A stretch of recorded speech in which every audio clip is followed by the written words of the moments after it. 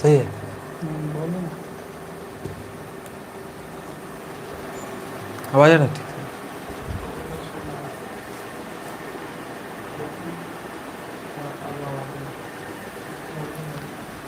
So hello everybody, आज हम लोग एनएलएम स्टार्ट करने वाले हैं। Basically Newton laws of motion, Newton laws of motion का लेक्चर नंबर 1 देखेंगे। तो न्यूटन लॉज ऑफ मोशन एक तरह से पूरा मैकेनिक्स से स्टार्ट हो रहा है आप लोग का, क्योंकि न्यूटन लॉज ऑफ मोशन हो गया यहाँ, उसके बाद से फ्रिक्शन हो गया, उसके बाद सर्कुलर मोशन हो गया, उसके बाद से सेंटर ऑफ मास हो गया, रोटेशन हो गया। ये तो क्या है, ये सब मैकेनिक्स के अंदर आता है। तो बेसिकली आज लेक्चर नंबर 1 होगा, जो कि बेसिक से पूरा टोटल होगा। तो जो बच्चे 9th में भी नहीं पढ़े हैं तो वो आराम से पढ़ सकते हैं। तो चैप्टर का नाम क्या है, न्यूटन लॉज ऑफ मोशन। तो एनएलएम का लेक्चर नंबर 1 है। तो एनएलएम का लेक्चर नंबर 1 है, तो न्यूटन लॉज ऑफ मोशन क्या है। तो बेसिकली हम लोग ने काइनेमेटिक्स में, आप लोगों ने क्या पढ़ा होगा 11th क्लास में, काइनेमेटिक्स में क्या पढ़ाया जाता है। 11th क्लास में काइनेमेटिक्स में ये पढ़ाया जाता है कि क्या होता है, अगर कोई भी बॉडी क्या होता है, सबसे पहले डिस्टेंस डिस्प्लेसमेंट पढ़ते हैं लोग, फिर वेलोसिटी पढ़ते हैं लोग, फिर वेलोसिटी में चेंज आता है तो एक्सेलरेशन पढ़ते हैं लोग, और उसी एक्सेलरेशन से हम प्रोजेक्टाइल मोशन में आप लोग क्या पढ़ते हैं कि मान लीजिए ये कोई क्या है, एक टावर है जो कि हाइट पर है, यहाँ से कोई बॉडी को फेंका गया तो ये आया और यहाँ से आप आकर गिर गया, तो यहाँ पे नीचे की तरफ जी लग रहा था, तो जी लग रहा था नीचे की तरफ, तो यहाँ पे जी क्या है, एक्सेलरेशन ड्यू टू ग्रेविटी है। तो हम लोगों ने काइनेमेटिक्स, तो यहाँ से हम लोग क्या निकाला था, इसका हम लोगों ने रेंज निकाला था और टाइम ऑफ फ्लाइट निकाला था, यानी कहाँ जाके गिरा है और कब जाके गिरा है, यही दोनों निकाला था। लेकिन क्यों गिरा है ये हम लोगों ने चर्चा नहीं की, किस में, काइनेमेटिक्स में। तो बेसिकली हम लोग उसमें क्या बताते हैं, एक्सेलरेशन आता है, कोई भी बॉडी में एक्सेलरेशन आता है तो वो केवल हम मान लेते हैं कि एक्सेलरेशन है, उसके कॉज के बारे में नहीं जानते हैं। तो ये चैप्टर का ज़रूरत क्यों पड़ी, क्योंकि हम लोग इसमें क्या बोलते हैं, वही एक्सेलरेशन के क्या कॉज के बारे में जानेंगे लोग, यानी वो किसके कारण गिरा है, तो एक फोर्स के कारण गिरा है जो कि ग्रेविटेशनल फोर्स है। तो इससे पहले तो नहीं पता था, तो इसीलिए ये चैप्टर का निर्माण हुआ है। इसीलिए हम क्या पढ़ेंगे, इस चैप्टर को, न्यूटन लॉज ऑफ मोशन को एनएलएम में पढ़ेंगे कि आखिर वो जो कि जी लगा वो क्यों लगा। तो चलिए स्टार्ट करते हैं। तो इसमें सबसे पहले स्टार्ट करने से पहले देखिए यहाँ पर होता क्या है, यहाँ पर न्यूटन लॉज ऑफ मोशन यानी क्या होता है, न्यूटन ने कुछ अपना लॉ दिए होंगे। तो न्यूटन ने अपना लॉ दिए होंगे तो कौन, न्यूटन ने कितना लॉ दिए, न्यूटन ने 3 लॉ दिए, Newton first law, Newton second law, Newton third law. लेकिन न्यूटन से पहले भी तो कुछ साइंटिस्ट थे जो कि क्या, न्यूटन से पहले भी काम कर रहे थे। तो न्यूटन से पहले साइंटिस्ट एक थे गैलीलियो, इनसे उनसे भी पहले गैलीलियो एक साइंटिस्ट थे। उन्होंने क्या किया था, उन्होंने भी चीज़ों की पढ़ी और लोगों के सामने रखने की कोशिश की, लेकिन दिक्कत हुआ क्या कि लोग उनकी बात मानने को तैयार ही नहीं थे। लोग उनकी बात मानने को तैयार नहीं थे, कारण क्या था, क्योंकि वो सीक्वेंस तरीके में नहीं दे रहे थे किसी भी चीज़ को, इसीलिए लोग उनकी बात को नहीं मान रहे थे। तो न्यूटन लॉज ऑफ मोशन फिर आए, जब चल गए गैलीलियो साहब ऊपर चले गए तो आए कौन सा, न्यूटन जी है। अब न्यूटन ने क्या किया, न्यूटन ने सारी चीज़ों को सीक्वेंस वे में दिया, जैसे पहले क्या दिया, न्यूटन फर्स्ट लॉ दिया, फिर न्यूटन सेकंड लॉ दिया, फिर न्यूटन थर्ड लॉ दिया। ऐसा तो है कि न्यूटन सेकंड लॉ पहले दे दिया, न्यूटन फर्स्ट लॉ बाद में दिया, ऐसा तो ना हुआ, न्यूटन फर्स्ट लॉ दिया, न्यूटन सेकंड लॉ दिया, न्यूटन थर्ड लॉ दिया। तो ऐसे ऐसे चीज़ उसने क्या किया, चीज़ों को सीक्वेंस मैनर में दिया। इसके कारण से क्या हो गया, इसके कारण से उसके बाद लोगों ने एक्सेप्ट कर लिया, और क्या हुआ फिर क्या, ये चैप्टर आ गया जो कि हम पढ़ते हैं पूरा मैकेनिक्स। तो न्यूटन लॉज ऑफ मोशन में सबसे पहले न्यूटन ने कुछ दिया, तो उसमें पहले सबसे पहले समझते हैं कि क्या दिया, इनर्शिया। इनर्शिया, अब इनर्शिया क्या होता है, इनर्शिया आप लोगों ने 9 में क्या पता है। इनर्शिया को समझने से पहले मान लीजिए ये एक क्या है, ये एक हाईलाइटर है। तो ये हाईलाइटर है, यानी ये हाईलाइटर क्या है, अभी रेस्ट में है, ठीक है, रेस्ट में है, अभी भी रेस्ट में है, अभी भी रेस्ट में है, अभी भी रेस्ट में, यानी ये हाईलाइटर क्या है, रेस्ट में ही है। लेकिन अब क्या है, अब ये हाईलाइटर क्या है, मोशन में है, यूनिफॉर्म मोशन में है, मोशन में है, मोशन में है, मोशन में है, मोशन में है। यानी ये हाईलाइटर के पास कुछ गुण है जो कि क्या है, इसको रेस्ट में रख रहा है, इसको रेस्ट में रख रहा है। ये हाइलाइटर के पास क्या है, कुछ गुण है जो कि रेस्ट में रख रहा है। तो इसी गुण, यानी रेस्ट में रख रहा है, यानी ये हाइलाइटर क्या है, उसी गुण के कारण, यानी उसी प्रॉपर्टी के कारण इस बॉडी, ये हाइलाइटर यानी एक बॉडी है, उसके पास एक प्रॉपर्टी है जिसके कारण क्या है, जो जो चाहता है उस प्रॉपर्टी, ये क्या है, उस प्रॉपर्टी की चाहत क्या है कि ये बॉडी जो है वो रेस्ट में ही रही। तो इनर्शिया का मतलब ही क्या होता है कि अगर कोई बॉडी रेस्ट में रहना चाहती है तो वो रेस्ट में ही रहना चाहती है, अगर कोई बॉडी यूनिफॉर्म मोशन में तो यूनिफॉर्म मोशन में रहना चाहती है। और इसी चाहत के प्रॉपर्टी को क्या बोला जाता है, इसी चाहत के प्रॉपर्टी को इनर्शिया बोला जाता है। इसी चाहत के प्रॉपर्टी को क्या बोला जाता है, इनर्शिया बोला जाता है। यानी अगर कोई बॉडी रेस्ट में है तो रेस्ट में ही रहना चाहेगी, अगर कोई बॉडी मोशन में है तो मोशन में ही रहना चाहेगी। इसी चाहत के प्रॉपर्टी को क्या बोला जाता है, इनर्शिया बोला जाता है। यानी वो नहीं चाहेगी कि हम रेस्ट में से क्या मोशन में चल जाए और मोशन में से रेस्ट में आ जाए, वो अपना स्टेट चेंज नहीं करना चाहेंगे। तो इसको क्या लिखेंगे, it is a property of a body due to which it oppose the change of the its state. यानी क्या है, ये एक ऐसा बॉडी का प्रॉपर्टी है जो कि क्या चाहती है कि अगर वो रेस्ट में है तो रेस्ट में चाहेगी, अगर मोशन में है तो मोशन में ही रहना चाहेगी। वो अगर उसका हम चेंज करेंगे, अगर उसका हम स्टेट चेंज करेंगे तो वो अपोज करेंगी। और इनर्शिया क्या होता है, कोई फिजिकल क्वांटिटी नहीं होता है, ये कंपेयर किया जाता है इनर्शिया को। और इनर्शिया जो होता है ना, it is measured in terms of mass. यानी ये इसको कंपेयर या मेजर किसके द्वारा किया जाता है, मास के टर्म्स में किया जाता है। यानी अगर कोई भी बॉडी का मतलब क्या हुआ है, inertia is directly proportional to क्या होता है, मास होता है। यानी अगर इनर्शिया ज़्यादा होगा तो मास ज़्यादा होगा, अगर इनर्शिया कम होगा अगर मास ज़्यादा होगा तो इनर्शिया ज़्यादा होगा, और मास कम होगा तो इनर्शिया कम होगा। बेसिकली ये बात है कि अगर कोई भी बॉडी, अब मान लीजिए एक सोफ़ा है, उस सोफ़ा क्या क्या है, मास ज़्यादा है, तो उसको क्या है, उसको तो हम क्या करेंगे, उसको फोर्स लगाएंगे, यानी खींचेंगे उसको, तो वो क्या होगा, वो अपोज करेगा, ज़्यादा अपोज करेगा एज़ कम्पेयर टू चेयर को हम खींचेंगे। चेयर को खींचेंगे तो आराम से हो जाएगा। कारण क्या है, क्योंकि उसका इनर्शिया कम है, क्या है कि उसका मास कम है, जिसके कारण वो स्टेट आराम से चेंज कर लेता है। लेकिन वही बात करें एक सोफ़ा का, तो उसका मास ज़्यादा होता है, जिसके कारण वो इनर्शिया को मेंटेन किया रहता है। कब तक, जब तक उसको ज़्यादा, उससे भी ज़्यादा फोर्स ना लगा दे, तब तक तो इनर्शिया उसी को कहता है। इनर्शिया 3 तरह का होता है। एक क्या होता है, पहला क्या होता है, इनर्शिया ऑफ रेस्ट होता है। दूसरा क्या होता है, इनर्शिया ऑफ मोशन होता है। तीसरा जो होता है वो क्या होता है, इनर्शिया ऑफ डायरेक्शन होता है। इनर्शिया 3 तरह का होता है। एक मिनट, इनर्शिया क्या होता है, 3 तरह का होता है। इनर्शिया क्या होता है, इनर्शिया ऑफ रेस्ट होता है, इनर्शिया ऑफ मोशन होता है, इनर्शिया ऑफ डायरेक्शन होता है। यानी इसमें क्या होता है, 9th क्लास में भी पढ़ा होगा, इनर्शिया ऑफ रेस्ट में क्या है, यानी अगर कोई बॉडी रेस्ट में है तो वो रेस्ट में रहना चाहेगी।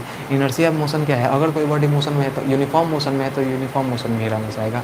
इनर्शिया ऑफ डायरेक्शन को जाता है, अगर कोई बॉडी एक ही डायरेक्शन में है तो वो क्या रहेगा, वो बॉडी एक ही डायरेक्शन में रहेगा। यही होता है इनर्शिया ऑफ डायरेक्शन में होता है। तो इनर्शिया ऑफ रेस्ट में क्या होता है, अब इसका एग्जाम्पल आप लोगों ने देखा होगा कि मान लीजिए इनर्शिया ऑफ रेस्ट का एग्जांपल है कि ये क्या है, ये बैठा है बबलू, ये बैठा है बबली। तो यहाँ पे क्या है, एक बाइक पर बैठा है सब दोनों, एक बाइक पर बैठा है सब दोनों।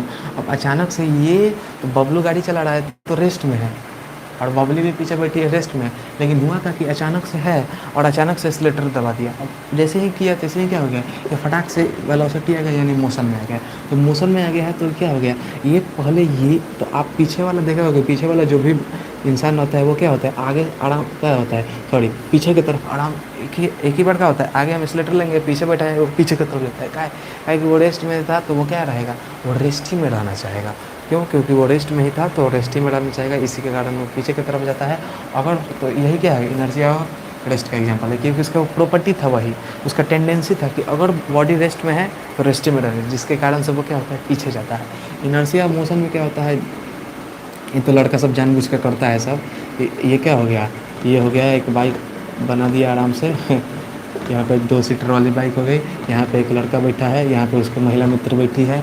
अब यहाँ पे क्या होता है, जानबूझ के ब्रेकर आता है ना, तो जानबूझ के पास में ले जाकर ब्रेक मारता है सब, कारण क्या है, ये आए और पीछे से टकराए। अब पीछे से टकराती कि हो इसको तो मज़ा आता है, लेकिन इसका कारण क्या है पीछे से टकराने का, इसका कारण है इनर्शिया ऑफ मोशन। कोई भी बॉडी अगर मोशन में है तो मोशन में ही रहना, यूनिफॉर्म मोशन में है तो मोशन में ही रहना चाहेगी। अब पीछे से क्या होता है कि अचानक से वो क्या आता है, ब्रेक मारता है तो क्या पूरा बॉडी क्या था, मोशन में था। अब अचानक से ब्रेक लगा, यानी इनर्शिया स्टेट हम चेंज कर रहे हैं, स्टेट चेंज कर रहे हैं, जिसके कारण क्या होता है, स्टेट चेंज कर रहे हैं, जिसके कारण क्या होगा, इसके कारण होगा क्या, इसके कारण होगा कुछ नहीं, वो मोशन में है तो मोशन में ही रहना चाहेगा, इसलिए वो आगे की तरफ वो जाता है या जाती है। ये क्या हो गया, इनर्शिया ऑफ मोशन का एग्जांपल हो गया। अब इनर्शिया ऑफ डायरेक्शन क्या होता है, हिली एरिया में देखते होंगे आप, ये बस चलती है, बस चलती है तो ये बस इस डायरेक्शन में जा रही है, तो आप ऐसे सीट पर बैठे हैं तो ये बस ऐसे जा रही है, जा रही है, जा रही है, जा रही है, तो बस मुड़ती है तो आपका डायरेक्शन भी क्या चाहेगा कि हम उसी डायरेक्शन में रहें, और डायरेक्शन चेंज नहीं करना है। इसीलिए कभी कभी चोट भी लग जाता है, अचानक से ऐसे मुड़ता है कि ना, तो हम लोग इधर पड़ देते हैं। क्या है कि हम चाहते हैं कि हम लोग उसी डायरेक्शन में रहें, हम डायरेक्शन चेंज नहीं करना चाहते हैं, जिसके कारण क्या होता है, तो क्या होता है कि डायरेक्शन चेंज ना हो, यानी वो इनर्शिया क्या हो गया, डायरेक्शन हो गया। तो ये था बेसिक बेसिक बात क्या होता है इनर्शिया के बारे में। और इनर्शिया का जो 3 टाइप था, inertia of rest, inertia of motion, inertia of direction, उसको एग्जाम्पल से देखे लो।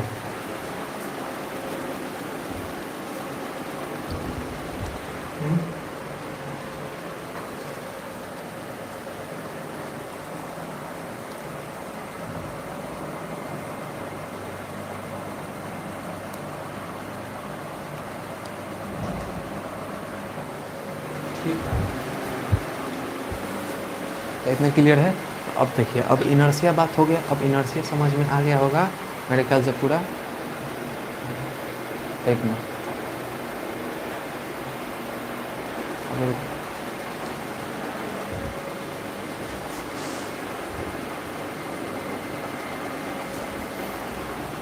अब देखिए, अब इनर्शिया हो गया। अब इनर्शिया के बाद से क्या आएगा, इनर्शिया ने फिर क्या दिया। अब एक बार एक चीज़ आता है मोमेंटम, उसको भी समझा दें।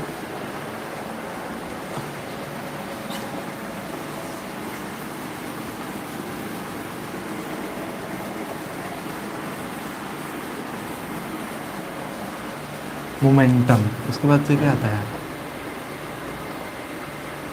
मोमेंटम। मोमेंटम क्या होता है, अब मोमेंटम को लड़का सबसे पूछा जाता है कि मोमेंटम क्या होता है, तो फट से बोल देता है sir, mass into velocity, it is the product of mass into velocity, style मार के बोलता है सर कि it is the product of mass into velocity. तो ये तो मोमेंटम को मेजर करने का तरीका है, P is equal to M into V होता है, ये नहीं तो फार्मूला हुआ इसका। मोमेंटम इज इक्वल टू क्या होता है, मास इंटू वेलोसिटी, ये क्या होगा, इसका फार्मूला होगा। लेकिन एक्चुअल मोमेंटम का मतलब क्या होता है, मान लीजिए देखिए, ये क्या है, ये क्या है, आराम से मोमेंटम समझने आराम से, ये क्या है, मोमेंटम को हम चोट से बोल सकते हैं। यानी अगर मोमेंट जितना ज़्यादा चोट लगेगा उतना ही ज़्यादा उस बॉडी में मोमेंटम होगा। मान लीजिए ये क्या है, एक क्या है, ये कार है और ये दोनों सेम कार है, ये दोनों सेम कार है, तो दोनों सेम कार है, तो दोनों सेम कार है, तो दोनों का वेलोसिटी क्या है, मान लीजिए इसका 20 मीटर पर सेकेंड है और इसका 10 मीटर पर सेकेंड है। और यहाँ पर एक कार है और एक क्या है, ये ट्रक है, ये ट्रक है, ये कार है, ये ट्रक है, ये कार है, ये ट्रक है। इसका भी वेलोसिटी 20 मीटर पर सेकेंड, इसका भी वेलोसिटी 20। अब आप है रोड पर सामने और यहाँ पर भी आप है रोड पर सामने। एक बात बताओ, इसमें से कौन सा दोनों केस में, इसमें से कौन सा ऐसा चीज़ है जो कि आपको दोनों में, इसमें से कौन सा आपको उड़ा देगा, यानी चोट किसमें ज़्यादा लगे, जाहिर सी बात है जिसका वेलोसिटी ज़्यादा है, क्या कि मास क्या है, सेम है दोनों का, मास दोनों का क्या है, सेम है। तो मोमेंटम क्या है, मास दोनों का सेम है, तो वेलोसिटी ज़्यादा है, यानी वेलोसिटी ज़्यादा है, चोट ज़्यादा लगा है, जिसका चोट ज़्यादा यानी उसका क्या है, मोमेंटम ज़्यादा होगा। तो यहाँ पे मोमेंटम पी किस पे डिपेंड कर रहा है, वेलोसिटी पर डिपेंड कर रहा है। और यहाँ पर क्या है, कार है और ट्रक है, दोनों का मास अलग अलग है लेकिन वेलोसिटी सेम है, वेलोसिटी सेम है, यानी चोट किस में ज़्यादा लगेगा, जिसका मास ज़्यादा रहेगा। तो यहाँ पे P is directly proportional to M आ रहा है, तो दोनों क्या है, पी इज़ डायरेक्टली दोनों एम भी, यानी मास पर भी डिपेंड कर रहा है और वेलोसिटी पर भी डिपेंड कर रहा है, मास पर भी डिपेंड कर रहा है, वेलोसिटी पर भी डिपेंड कर रहा है।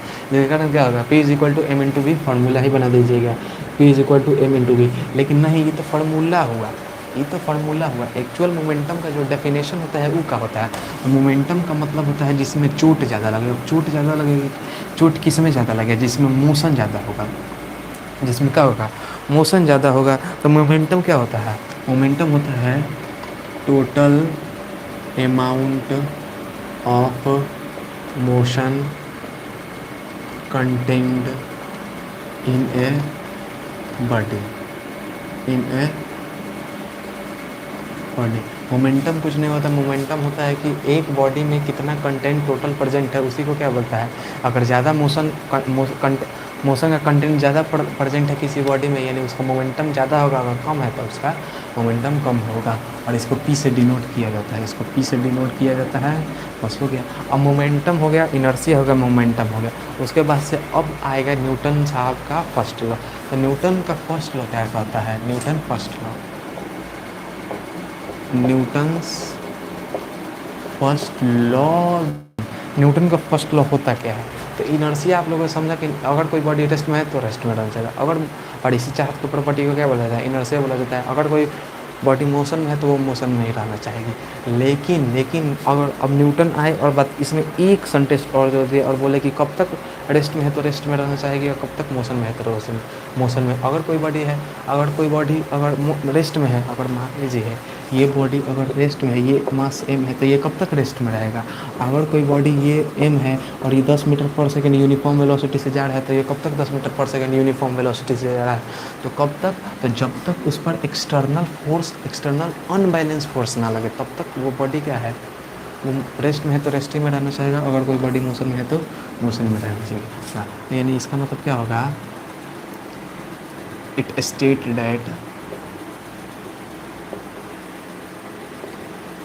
if a body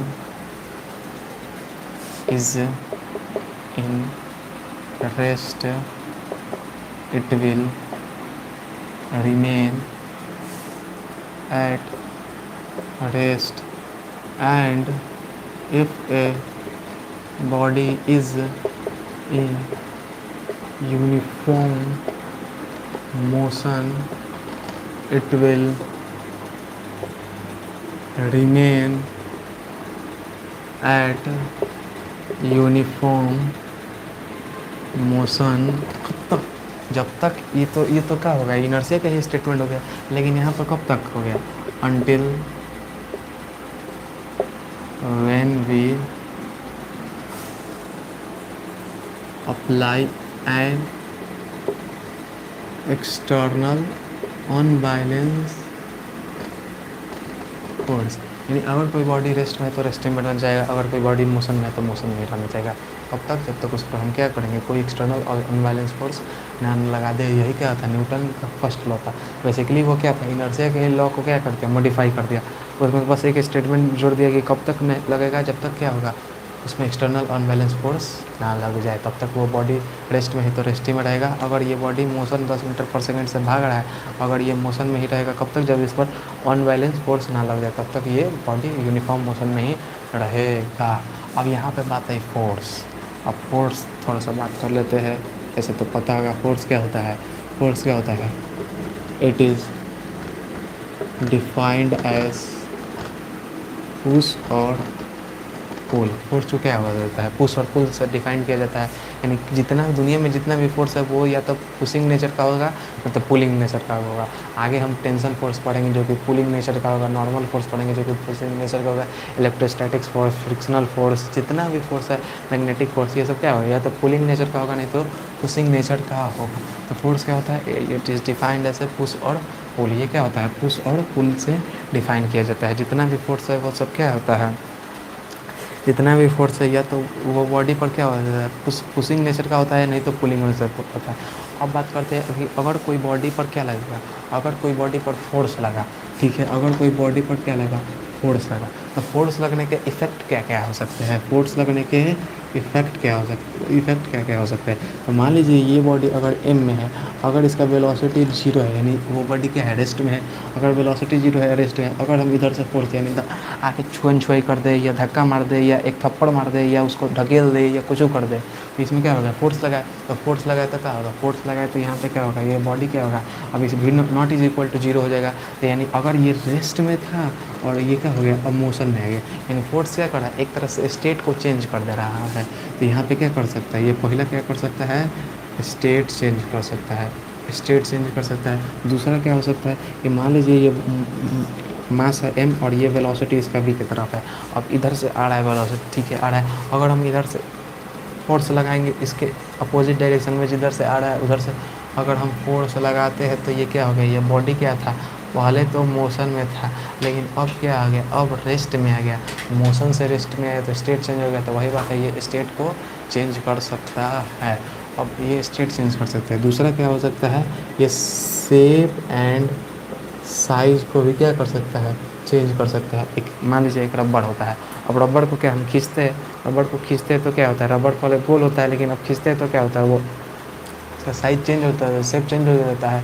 अब वो बॉल होता है एक पीला वाला, तो ये क्या होता है, उसको हम प्रेस करते हैं तो वो क्या होता है, उसका शेप और साइज चेंज हो जाता है। तो इफेक्ट ऑफ फोर्स बस सिंपल इतना ही था। कि क्या होता है कि फोर्स लगाने से क्या होता है, स्टेट चेंज हो जाता है और शेप और साइज दोनों चेंज हो जाता है। नोट करिए तब तक इसको, तब तक हम पानी पी लेते हैं।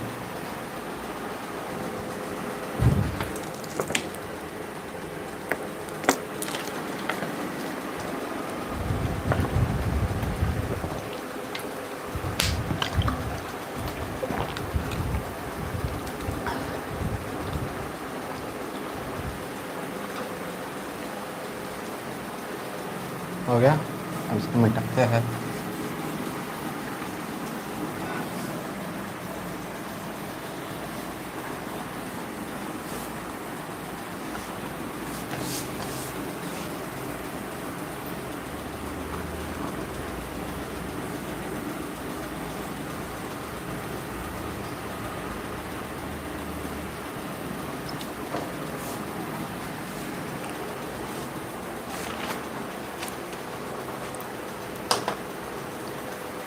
नेक्स्ट टॉपिक हमारा क्या है, न्यूटन्स सेकेंड लॉ। अब न्यूटन सेकेंड लॉ क्या कहता है? अब कई लोग कहते हैं कि F is equal to M A is Newton second law, लेकिन ये बिल्कुल गलत है। F is equal to M A is not a Newton second law. तो न्यूटन सेकेंड लॉ होते क्या है? न्यूटन सेकेंड लॉ होता है कि rate of change of momentum is equal to net external force applied on a body. यानी rate of change of momentum जो होता है वो क्या होता है, इक्वल होता है एक्सटर्नल फोर्स के बराबर। बस यही होता है। यानी F इज़ इक्वल टू क्या होता है, D P by D T. अब डी पी क्या होता है, डी पी क्या होता है, डी डिफ्रेंसिएशन आप लोगों ने पढ़ा होगा कि डी पी क्या होता है, चेंज इन क्या होता है, मोमेंटम होता है। डी का मतलब क्या होता है, चेंज होता है। तो यहाँ पर F is equal to D P by D T को क्या लिख सकते हैं, चेंज इन मोमेंटम है। तो यहाँ पे डी को क्या लिख सकते हैं, M B by D T लिख सकते हैं, क्योंकि मोमेंटम क्या होता है, मास इनटू वेलोसिटी होता है। अब इसको क्या हो जाएगा, डी, इसको क्या लिख सकते हैं। अब इसको डिफरेंशिएशन करेंगे तो प्रोडक्ट रूल बन गया। ये क्या हो गया, इसको अगर पहला को छोड़ के दूसरा को डिफरेंशिएट करेंगे तो क्या हो गया, ये वेलोसिटी का क्या होगा। इसको डिफरेंशिएट करेंगे तो क्या होगा, इसको ऐसे कर सकते हैं कि यहाँ पे क्या हो गया, differentiation of v with respect to t, D V by D T plus D M by D T कर सकते हैं, D V by D T plus D M by D T कर सकते हैं। लेकिन ये डिफरेंशिएशन एक को छोड़ के किया जाता है। ये मास है तो इसको छोड़ के दूसरे को डिफरेंशिएट कर देंगे, और यहाँ पे मास को डिफरेंशिएट करेंगे है तो वेलोसिटी को छोड़ देंगे। यही तो प्रोडक्ट रूल कहता है। तो यहाँ पर फोर्स इज इक्वल टू क्या हो गया, अगर अब यहाँ पे क्या होगा, if m is equal to zero, अगर मास क्या हो गया, जीरो हो गया। न्यूटन सेकेंड लॉ कब अप्लाई होता है, अगर मास जीरो हो। अगर मास जीरो हो गया तो ये जीरो हो गया, डिफरेंशिएशन मास क्या हो गया, सॉरी मास जीरो बोल रहे हैं, मास अगर सॉरी जीरो नहीं, मास अगर कांस्टेंट हो गया, मास कांस्टेंट हो गया तो क्या हो गया, मास कांस्टेंट हो गया तो अगर कांस्टेंट का डिफरेंशिएशन जीरो होता है तो ये हो गया, जीरो हो गया टोटल। यहाँ से m into D V by D T है, तो force is equal to m, और D V by D T क्या होता है, एक्सेलरेशन होता है। तो ये क्या हो गया, एक्सेलरेशन, यानी f इज इक्वल टू क्या हो गया, m इंटू ए हो गया। f इज इक्वल टू क्या हो गया, m इंटू ए, यानी कि ये क्या हो गया, यही हुआ न्यूटन सेकेंड लॉ। यानी Newton second law not is Newton second law F is equal to M नहीं होता है, Newton second law D P by D T होता है। अब यहाँ से डिफ्रेंशिएट करके तब डिराइव करके F is equal to M A तक हम लोग पहुँचे हैं लोग। यहाँ पे प्रोडक्ट रूल लग रहा है, एक को डिफ्रेंशिएट करेंगे, एक को छोड़ेंगे, फिर दूसरा में दूसरा को डिफ्रेंशिएट करेंगे, पहला को छोड़ देंगे। तो यहाँ पे क्या हो गया, F is equal to M into A, यानी मास इंटू एक्सेलरेशन लग रहा है कब, न्यूटन सेकेंड लॉ में। न्यूटन सेकेंड लॉ समझ में आया कि rate of change of momentum ये इक्वल होता है किसके, एक्सटर्नल फोर्स अप्लाइड होता है जो बॉडी पर। अब यहाँ पर F क्या है, ये F क्या है, ये एक्सटर्नल फोर्स है, और वो भी कैसा, unbalance force, external unbalance force. ऐसे मान लीजिए क्या हो गया कि अगर यहाँ पे कन्फ्यूजन होता है कि फोर्स, जब लड़का सबको समझ में आता है कि जब जब फोर्स लगा देंगे तब तक एक्सेलरेशन आ गया। अब ऐसा थोड़ा होता है, मान लीजिए ये एम है, इधर से 10 न्यूटन लगा, इधर से 10 न्यूटन लगा, तो ये कैंसल आउट हो गया, तो फोर्स क्या हो गया, जीरो हो गया। तो F is equal to M into A होता है, तो एक्सेलरेशन भी क्या हो गया, जीरो हो गया। एक्सेलरेशन भी क्या हो गया, जीरो हो गया। यानी एक तरह से एक्सटर्नल अनबैलेंस फोर्स लगाना पड़ेगा तभी बॉडी में एक्सेलरेशन आएगा। अब एक्सेलरेशन आता कैसे है, ये वेलोसिटी काइनेमेटिक्स में पढ़े थे, जिसमें क्या होता है, वेलोसिटी कांस्टेंट अगर रहा तो क्या होगा, एक्सेलरेशन क्या हो गया, एक्सेलरेशन जीरो होगा। अगर वेलोसिटी कांस्टेंट रहा तो एक्सेलरेशन जीरो होगा। अब वेलोसिटी कांस्टेंट कैसे रहता है, या तो उसका क्या होगा, मैग्नीट्यूड कांस्टेंट रहा, यही तो डायरेक्शन कांस्टेंट रहा, या अगर वेलोसिटी को चेंज करना है तो मैग्नीट्यूड को बदल दीजिए, नहीं तो डायरेक्शन को बदल दीजिए, नहीं तो दोनों को बदल दीजिए, तो वेलोसिटी चेंज हो गया। और जैसे वेलोसिटी चेंज आएगा वैसे क्या हो गया, उस बॉडी में A not is equal to zero, यानी एक्सेलरेशन आ गया। और जैसे ही एक्सेलरेशन आ गया, अब क्या हो गया, एक्सेलरेशन आ गया, तो वेलोसिटी चेंज हुआ तो एक्सेलरेशन आएगा। अब वेलोसिटी काहे चेंज होगा, आप बताइए ना। यहाँ पर एम है, एम हो गया। अब यहाँ ये क्या है, इसका कांस्टेंट वेलोसिटी है, यानी 5 मीटर पर सेकंड से जा रहा है आगे की तरफ। अब इधर से आके लात मार देंगे इसको, तो ये क्या हो गया, ये हो गया 7 मीटर पर सेकंड हो गया। अब ये क्या हो गया, ये एम है, अब ये 7 मीटर पर सेकंड हो गया। यानी ये क्या हो गया, फोर्स लगाए तो वेलोसिटी में चेंज आएगा। और एक्सेलरेशन कैसे आया, फोर्स लगाने से एक्सेलरेशन है। यानी तब यहाँ पर F is equal, F not is equal to zero, यानी एफ फोर्स भी क्या होगा, नॉन जीरो होगा। तो कब कब नॉन जीरो होगा, जब एक्सेलरेशन बॉडी में प्रोड्यूस होगा। अब एक्सेलरेशन बॉडी में क्यों होता है, वेलोसिटी चेंज होता है। वेलोसिटी चेंज कैसे होता है, तो फोर्स लगाएंगे तो वेलोसिटी में चेंज आ जाएगा। तो एक्सेलरेशन आ गया, जब एक्सेलरेशन आएगा, जब एक्सेलरेशन, अब देखो होता क्या है कि वेलोसिटी में चेंज हुआ, वेलोसिटी में चेंज हुआ तो मोमेंटम में चेंज हो गया। मोमेंटम में चेंज हुआ ना, मोमेंटम क्या होता है, मास इंटू वेलोसिटी। पहले एम यू था, मान लीजिए एम और इनिशियल वेलोसिटी था, अब फोर्स लगाने एम भी हो गया, तो मोमेंटम में चेंज आया। मोमेंटम में चेंज आया तो एफ इज इक्वल टू क्या होता है, एफ इज इक्वल टू क्या होता है, D P by D T आ गया। अब यही में चेंज आ गया तो हमें तो चेंज आना ही है, तो यहाँ पे क्या हो गया, तो फिर तो फोर्स आ जाता है, यानी मोमेंटम में चेंज आना है, यानी फोर्स में चेंज आता है, यानी फोर्स बढ़ेगा नहीं तो घटेगा, नहीं तो अगर फोर्स जीरो होगा तो वो कुछ उसमें फोर्स ऐड हो जाएगा, अगर फोर्स लगाएंगे तो ये था बस। ये एफ याद रखना, एफ एक्सटर्नल फोर्स होता है, बैलेंस फोर्स होता है। देखिए अब आज क्या पढ़ा, न्यूटन फर्स्ट लॉ पढ़ा, न्यूटन सेकेंड लॉ पढ़ा, इनर्शिया पढ़ा न्यूटन, और क्या पढ़ा, और बेसिकली हम लोग बात ये एनएलएम क्यों आया। तो आज के लिए बस वीडियो में इतना ही। नेक्स्ट वीडियो में हम लोग 4 तरह का फोर्स पढ़ेंगे, gravitational force, tension force, electrostatics force, strong nuclear force और वीक न्यूक्लियर फोर्स, और फिर टेंशन फोर्स पढ़ेंगे और नॉर्मल फोर्स पढ़ेंगे। टेंशन फोर्स और नॉर्मल फोर्स क्या होता है, इलेक्ट्रोमैग्नेटिक फोर्स के अंदर ही आ जाता है। तो आज के लिए वीडियो में इतना ही, मिलते हैं नेक्स्ट वीडियो में।